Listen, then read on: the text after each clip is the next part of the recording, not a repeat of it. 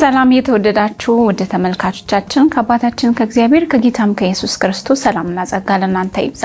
ከሕይወት ቴሌቪዥን የዕለቱ መረጃዎች ይዘንላችሁ ቀርበናል። መረጃዎቹን ወደ እናንተ በማድረስ ቆይታ የማደርገው እኔ ሮማን ከሊል ከመላው የስቱዲዮ ባለሙያዎች ጋር በጋራ በመሆን አብራችሁን ቆዩ።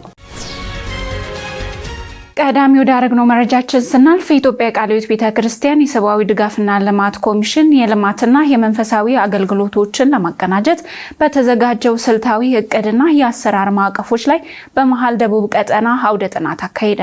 ተጨማሪ አለ። የኢትዮጵያ ቃለ ሕይወት ቤተክርስቲያን የሰብአዊ ድጋፍና ልማት ኮሚሽን የልማትና የመንፈሳዊ አገልግሎቶችን በተቀናጀ መልኩ ለማስፈጸም በተዘጋጁ ስልታዊ እቅዶች፣ መመሪያዎችና የውስጥ አሰራር ማዕቀፎች ዙሪያ በመሃል ደቡብ ቀጠና አውደ ጥናት አካሂዷል። ሰኔ ቀን 5 እስከ 6 2018 ዓ.ም በአዋሳ ከተማ ታቦር አጥቢያ በተካሄደው መድረክ ኮሚሽኑ በሁለንተናዊ የልማትና ድጋፍ ስራዎች ላይ በበላይነት ለመስራትና ለመቆጣጠር የተዘጋጁ ንድፎችን ለቀጠና መሪዎችና አገልጋዮች አቅርቦ ውይይት አድርጎበታል። በአውደ ጥናቱ የኮሚሽኑ ኮሚሽነር ዶክተር ተፈራ ተሎሪ፣ ምክትል ኮሚሽነር ዶክተር ወይታ ወዛ፣ ዶክተር ኢንጂነር ንጋቱ ጫፎ፣ አቶ አብርሃም አለምቦ፣ አቶ መሳሪያ ወታንጎ እንዲሁም የኢትዮጵያ ቃለ ሕይወት ቤተክርስቲያን ስራ አስፈጻሚ አባላት፣ የክላስተር ቀጠናዎች የቦርድ አባላት፣ የሴቶችና የወጣቶች አገልግሎት መሪዎች እንዲሁም የቀጠናዎች የልማት አስተባባሪዎች ተሳታፊ ሆነውበታል። የልማት ኮሚሽኑ ቦርድ አባልና የመሃል ደቡብ ቀጠና ሰብሳቢ አቶ መስሪያ ወታንጎ በንግግራቸው ኮሚሽኑ ቤተክርስቲያኒቱ ችግሮችን በመሰረታዊ መንገድ ለመፍታት እና ከቤተ ክርስቲያኒቱ አልፎ ለሀገራዊ ለውጥ አስተዋጽኦ የሚያደርግ ሰፊ እቅድ በማውጣት ላይ መሆኗን ገልጸዋል። ከውጪ የሚመጣውን እርዳታ ከመጠበቅ ይልቅ በአካባቢያችን ያለውን ሀብት መጠቀም ላይ ያሉ ክፍተቶችን መለየት ይገባል ሲሉ አሳስበዋል። የኮሚሽኑ ኮሚሽነር ዶክተር ተፈራ ተሎሪ በበኩላቸው ኮሚሽኑ የ10 ዓመታት ስልታዊ አቅጣጫ፣ የ5 ዓመት ስልታዊ እቅድን በማዘጋጀት እንዲሁም በቅንጅታዊ አሰራር የሀብት ማሰባሰብ ማኑዋሎችን በማጽደቅ ወደ ተግባራዊ ስራ መግባቱን ገልጸው በመድረኩም ለተሳታፊዎች ስለ ኮሚሽኑ የረጅም የመካከለኛ ጊዜ እቅዶችን ዝርዝር ማብራሪያ ሰጥተዋል። የኮሚሽኑ ምክትል ኮሚሽነር ዶክተር ወይታ ወዛ በበኩላቸው ቃለ ሕይወት ቤተክርስቲያን ወደ ቅንጅታዊ አሰራር በመሸጋገር ላይ መሆኗን ጠቅሰው ይህም በወቅቱ ካሉ ሁኔታዎች ጋር የሚጣጣም ብቻ ሳይሆን ከመጽሐፍ ቅዱስ መርሆች የሚመነጭ መሆኑንም አስረድተዋል። ልማት ስራዎችና መንፈሳዊ አገልግሎቶች በአንድነት ተቀናጅተው ከቀጠሉ ቤተክርስቲያኒቱ በሀገሪቱ ላይ ከፍተኛ ተጽዕኖ መፍጠር ትችላለችም ብለዋል። በመድረኩ ላይ ከ4 ቀጠናዎች የተውጣጡ ተሳታፊዎች የተለያዩ ጥናታዊ ጽሑፎችን ያቀረቡ ሲሆን አገልግሎቱን ሚዛናዊ፣ ውጤታማ በሆነ መልኩ ለመምራት በሚያስችሉ ጉዳዮች ላይ ትኩረት መደረጉን የኮሚሽኑ የአስቸኳይ ጊዜ እርዳታ መልሶ ማቋቋም ፕሮግራም ማናጀር አቶ አብርሃም አለምቦም ገልጸዋል። ኮሚሽኑ ዶክተር ተፈራ ተሎሬ አውደ ጥናቱን መዘጋጀቱ ቤተክርስቲያኒቱ ከመጀመሪያ ጀምሮ ልማትና ወንጌልን በአንድነት በማስኬድ የመጣች መሆኗን ለማጠናከርና ምዕመናን በተሻለ ሁኔታ ለማሳተፍ መሆኑን ከዝግጅት ክፍላችን ጋር ቆይታ ባደረጉት ወቅት ተናግረዋል። በዚህ ሳምንት ከትላንት ጠዋት ጀምሮ በቅንጅታዊ አሰራር ላይ ሰብአዊ ድጋፍና ልማት ኮሚሽኑ ከቤተ ክርስቲያን ስራዎችና አገልግሎቶች ጋር በመጣጣም እንዴት አብሮ ሊሄድ ይችላል በሚል ርዕስ አውደ ጥናት እየተካሄደ ነው። ይሄ አውደ ጥናት ያስፈለገበት ምክንያት ከጅምሩ የኢትዮጵያ ቃለ ሕይወት ቤተክርስቲያን ስራዋን ወይም አገልግሎቷን የጀመረችው በልማት ነው። ያኔ በጅምር አካባቢ ሲሰራ የነበረው ልማት ወይም ሰብአዊ ድጋፍ አባላትን ሁሉ ያሳተፋና የገንዘብ ማዋጮም ለልማት ሲደረግ የነበረው ከምዕመናን ነው። በዚህ መሰረት ትምህርት ቤቶች ተሰርተዋል፣ ሆስፒታሎች ተሰርተዋል፣ ክሊኒኮች ተሰርተዋል ከአጋር ድርጅቶች ጋር በመተባበር ቢሆንም መነሻ ሀሳቡና እንደገና ደግሞ ጅምር ገንዘቡ የተገኘው በአብዛኛው ከሀገር ውስጥ ነው፣ ከምዕመናን ነበረ። ይህ አካሄድ እስከ 1968-67 ሰርቶ ነበረ። ከዛ በኋላ በሀገራችን በኢትዮጵያ በተለይም በወሎ አካባቢ በተከሰተው ድርቅ ምክንያት መንግስትም የቤተ ክርስቲያንን ተሳትፎ በመጠየቁ ምክንያት ከአጋሮች ጋር በመጻጻፍ የአስቸኳይ ጊዜ እርዳታ ገንዘብ ከውጭ መምጣት የጀመረበት ሁኔታ ነበር እና በዛ ደግሞ ወደ መልሶ ማቋቋሚያና አልፎም ደግሞ በሌሎችም የሀገሪቱ ክፍሎች ይሄ ድርቅ ችግር የአየር ንብረት መዛባት ሲጀምር አገልግሎቱ ከፍ ያለና እየሰፋ ከውጭ የሚገኘው እገዛ ከፍ ያለ ሄደ። በዚህ መልሶ ማቋቋም ስራዎች፣ ልማት ስራዎችን ለምሳሌ ውሃ፣ የምግብ ዋስትና፣ ትምህርትና የልጆች ልማት ስፖንሰርሺፕ ፕሮጀክቶች ብዙ ተሰርተው ነበረ። ይህ መልካም ስራ እየሰራ ቢሆንም የራስ የሆነ አገር በቀል ልማት አካሄዱና አሰራሩና እምነቱ ትንሽ ቀንሶ ነበረ። እይታውና አመለካከቱ ልማት የሚሰራው በፕሮጀክቶች ነው፣ በውጭ እገዛ ነው በሚል እሳቤ ልዩነት አመጣ። በቤተ ክርስቲያን በኩል ያለው አገልግሎት የተሰማሩ ሰዎች በልማት በኩል ያለውን በተለይ ገንዘብ ሲመጣ ስለነበረ የተሻለ ገንዘብ ያገኙ ነበረ። በዚህ ምክንያት ብዙ ውዝግቦች ተፈጥረው ነበረ። ቅርብ ጊዜ እንግዲህ ይሄ ነገር እየሰፋ ሲሄድ የኢትዮጵያ ቃለ ሕይወት ቤተክርስቲያን የሰብአዊ ድጋፍና ልማት ኮሚሽን ቦርድ እስቲ ያለፉትን 50 ዓመታት አሰራራችንን እንፈትሽ ብሎ የልማቱ አሰራር ሲገመገም ልዩነት እንደተፈጠረ የሀገር በቀል እንቅስቃሴው ትንሽ እየደከመ መኖሩ ስለታወቀ አይደለም ወደ ቀድሞ እንመለስ፣ ወንጌልም ልማትም ወንጌል ነው። የእግዚአብሔር ቃል ሁለንተናዊ ነው። የሰውን ሁለንተና በማገልገል ላይ የቤተ ክርስቲያኒቱ እሴቶች የተመሰረቱ ስለሆነ ይሄንን በጋራ ተቀናጅተው እንደገና ደግሞ አሁን በዋና ጽሕፈት ቤት በዋናነት ሲሰራ የነበረውን ወደ አካባቢ ወደ ቀጠና በህብረት ደረጃ በህብረተሰብ ደረጃ ልማቱ ይሰራ፣ ቅርንጫፍ ጽሕፈት ቤቶቹ ይቋቋሙ።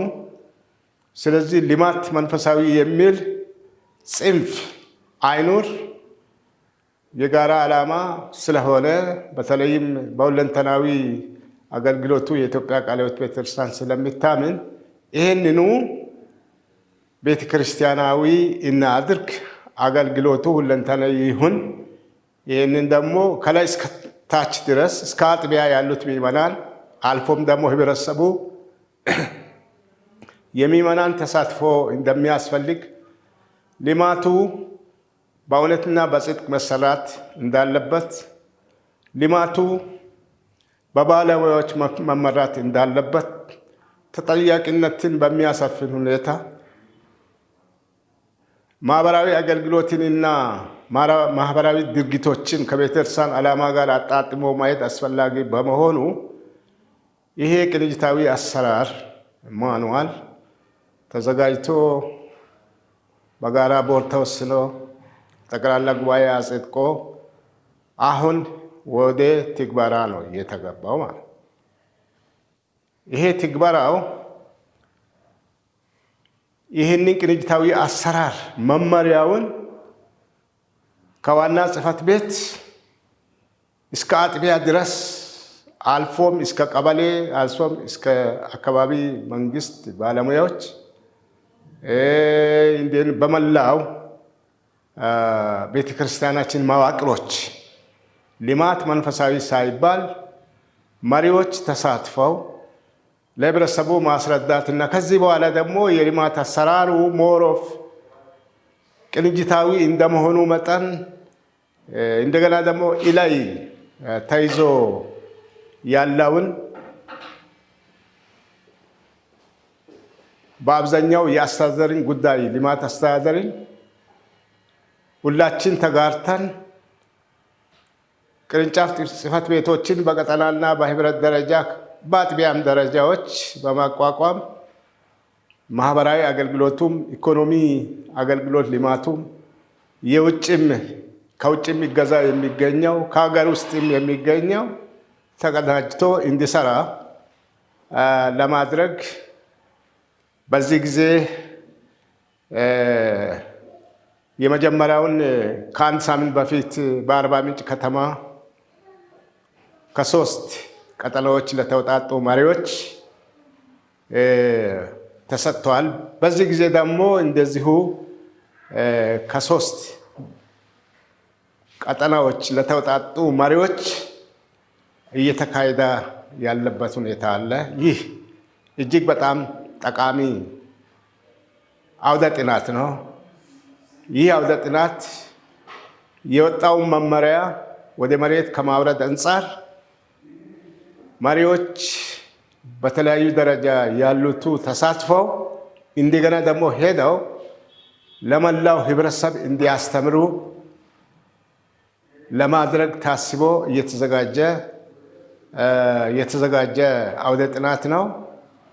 ይህ አውደ ጥናት የሰውን ግንዛቤ ማለትም የመሪዎችን ግንዛቤ የሚያሳድግ የበለጠ ደግሞ ስለ ልማት አሰራሩም ስለ መመሪያውም ስለ አካሄዱም ስለሚጠበቀውም ውጤት ስለሚሰሩትም ስራዎች በዝርዝር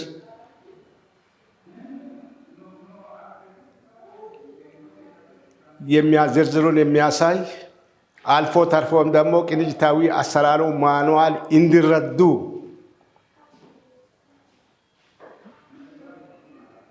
ከዛም በተጨማሪ በሀገራችን በተለያየ ጊዜ በሰው ሰራሽና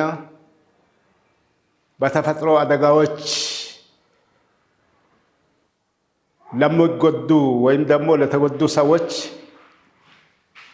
የአስቸኳይ ጊዜ ምላሽ ለመስጠት ዝግጁነት በማስፈለጉ ይሄንኑ ወደ ቤተ ክርስቲያን ማዕቀሮቻችን ወደ ምዕመናን ለማውረድና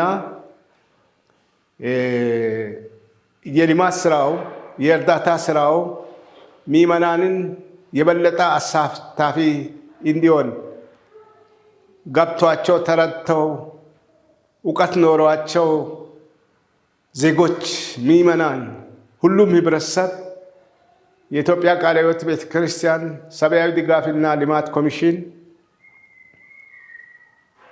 የሚሰጠውን አገልግሎት በጋራ እንዲሰሩና እንዲደግፉ ለማድረግ ታስቦ የተዘጋጀ ብዙ ነገርም የሚጠበቅበት አውደ ጥናት ነው።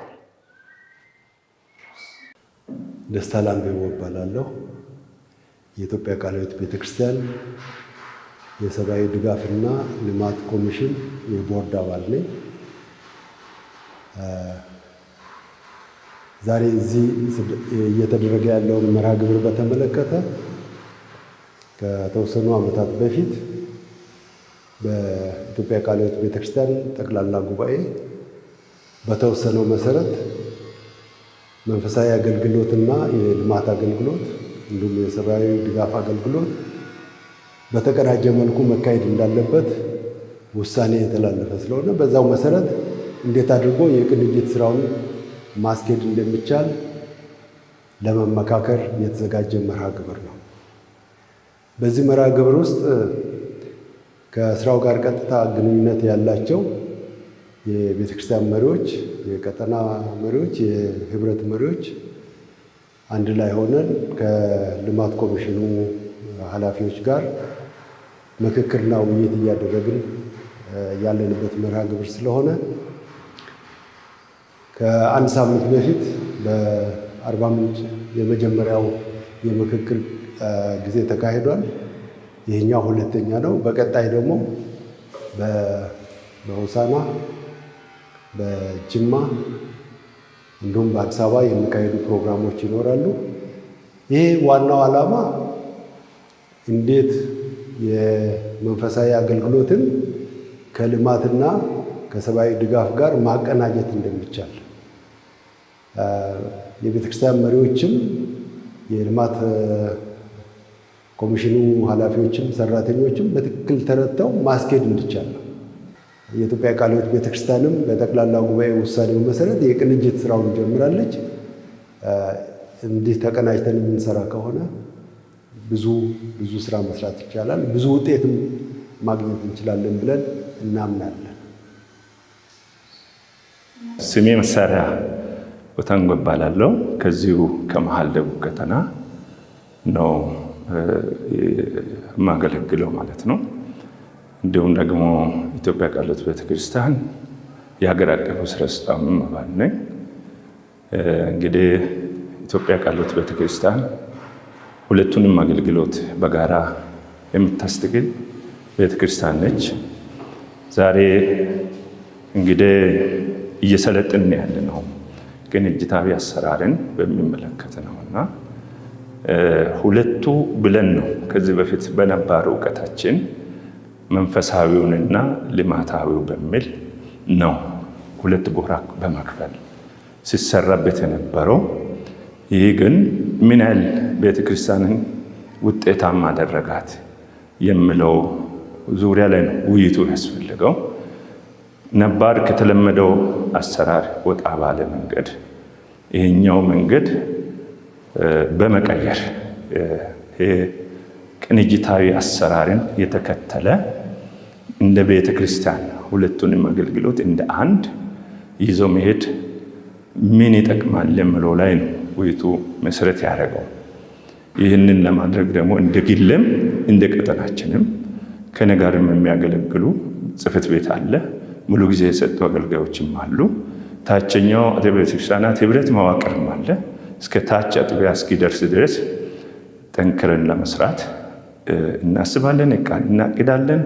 ይህ እንዲሆን ደግሞ እኔ በግልም በቡድኑም ቃል እገባለሁ። ስሜ ጥላሁን መኮንን ይባላለሁ። በኢትዮጵያ ቃለ ሕይወት ቤተክርስቲያን የደቡብ ቀጠና ዋና ጸሐፊ ነኝ። ዛሬ ደቡብ መሃል ቀጠና ማዕከል ሐዋሳ ላይ ነው የምንገኘው። እንግዲህ እንደ ኢትዮጵያ ቃለ ሕይወት ቤተክርስቲያናችን በመንፈሳዊውም በቁሳዊም አገልግሎት ስታገለግል ረዥም ዘመናት መጥታለች። አሁን እንግዲህ 99ኛው ዓመት አካባቢ ላይ ደርሰናል። በዚህ ከመነሻ ጀምሮ ስታገለግል በመጣችው አገልግሎት በተለይም የሰውን ልጆች በቁሳዊ እና ሰብአዊ ድጋፍ በማድረግ በመምጣት ረገድ ላይ ሰፊ ስራ ሰርታለች። መንፈሳዊውንም አገልግሎት በመስጠት የሰብአዊውንም ድጋፍ ደግሞ ለመስጠት እንዲመች ሁለቱ ቢሮዎች ተቀናጅተው እንዲሰሩ በማድረግ እነዚህን ተግባራት በጋራ እንዲካሄድ አድርጋለች። በጋራ ሆነን የጋራውን ትልቅ ስራ እንስራ፣ ጌታ ይክበርበት፣ እኛም በዛ ተጠቃሚ እንሆን የሚል ሀሳብ አለን። አመሰግናለሁ። እሺ፣ ስሜ መጋቢ ተፈሪ በዛብህ እባላለሁ። ከባሌ ልዩ አጥቢያዎች ህብረት በህብረቱ ምክትል ዋና ጸሐፊ ነኝ።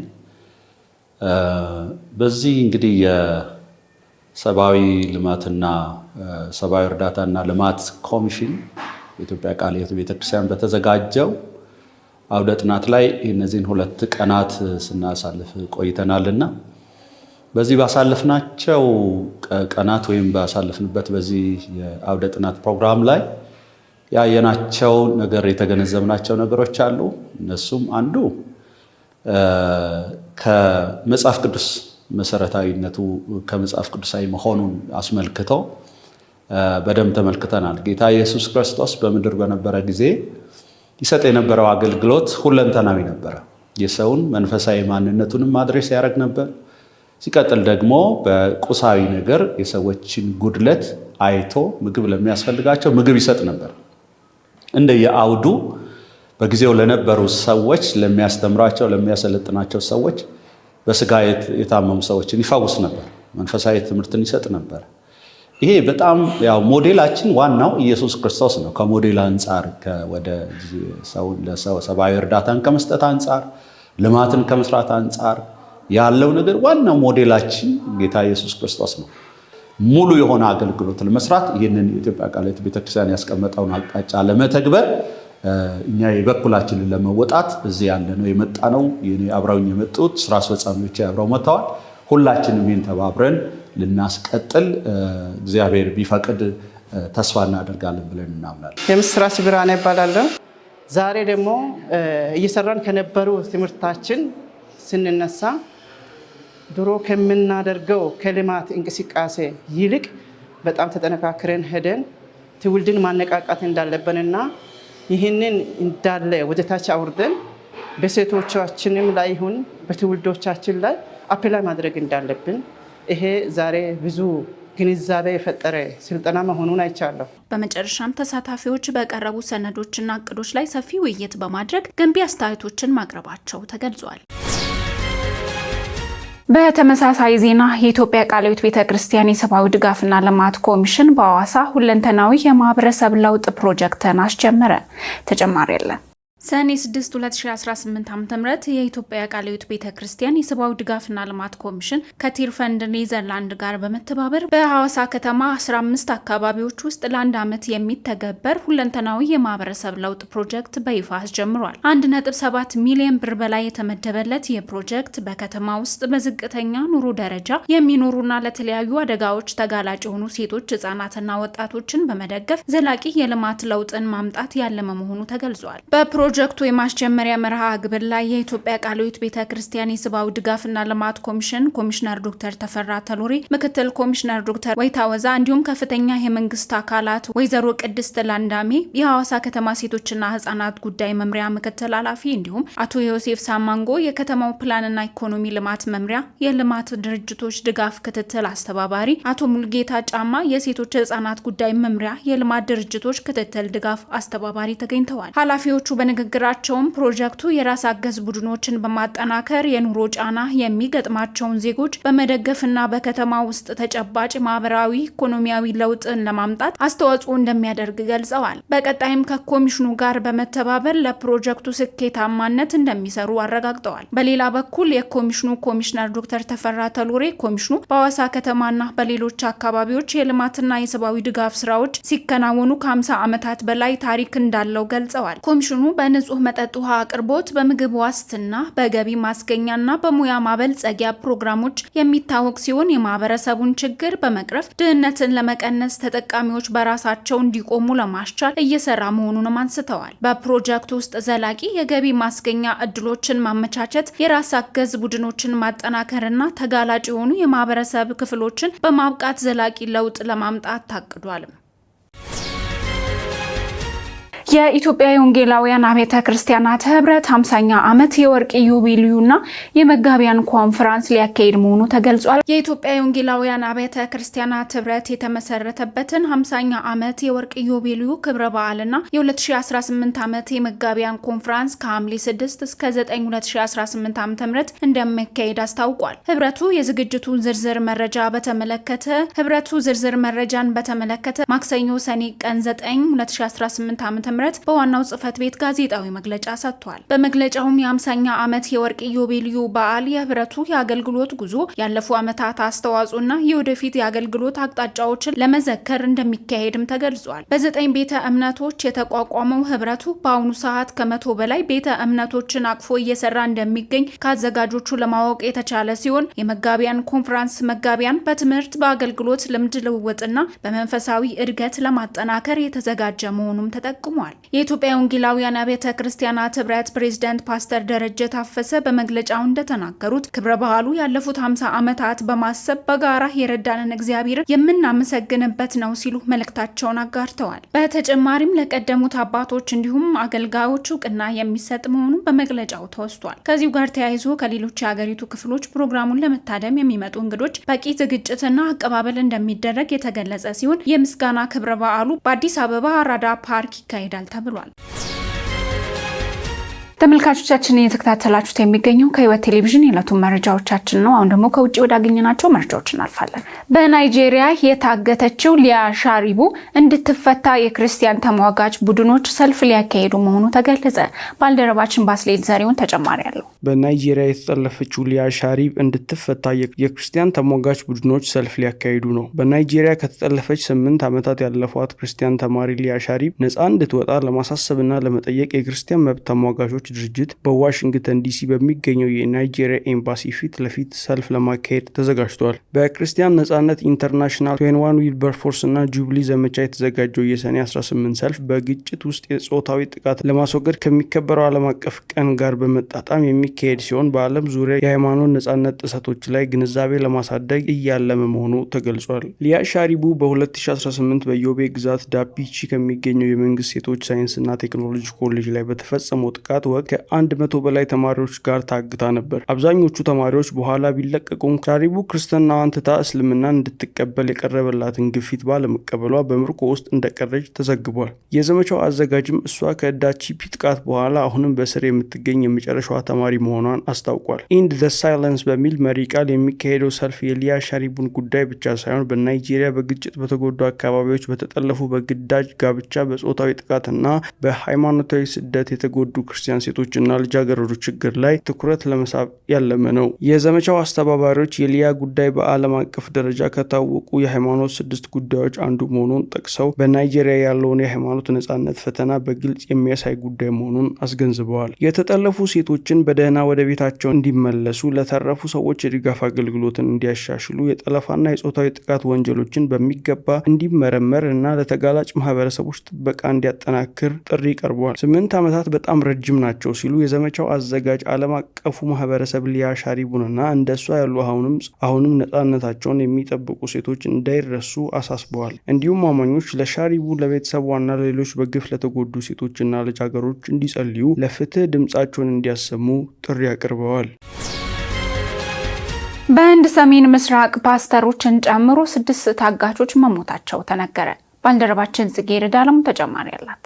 በህንድ ሰሜን ምስራቅ ማኒፑር ግዛት በኩጊዞና በናጋ ማህበረሰቦች መካከል እየተባባሰ በመምጣቱ ውጥረት ምክንያት የታገቱ ሰዎች አስክሬኖች መገኘታቸው አሳሳቢ ሁኔታ ፈጥሯል። በዚህ ሳምንት በጸጥታ ኃይሎች በተደረገ ፍለጋ የተገኙ 6 አስክሬኖች መካከል 4ቱ የዲኤንኤ ምርመራ ተለይተው የታወቁ ሲሆን ከእነርሱም መካከል ፓስተር ኬንፑኒ እና ቄስ ማኒ ዩማያ ይገኛሉ። እነዚህ ሰዎች ግንቦት 13 ቀን በጋምፖ ፖኪኒያን አውራ ከሚገኘው ሌቬሎዌን ቫይሮን መንደር ከታገቱት የናጋ ተወላጆች መካከል እንደነበሩ ይታወሳል። አስክሬኑ የተገኘውም 14 የኪኮዞ ታጋቾች ከተለቀቁ ከ1 ቀን በኋላ ነበር። ከኩዚዞና የናጋ ማህበረሰቦች በማኒፖር ውስጥ በብዛት ክርስቲያኖች የሆኑ የደጋ ማህበረሰቦች ሲሆኑ የቅርብ ጊዜ ግጭታቸው በ2023 ከተከሰተው የጎሳ ግጭት በኋላ ተባብሰው ከዚያም ግጭት ቢያንስ 260 ሰዎች ሲሞቱ ከ59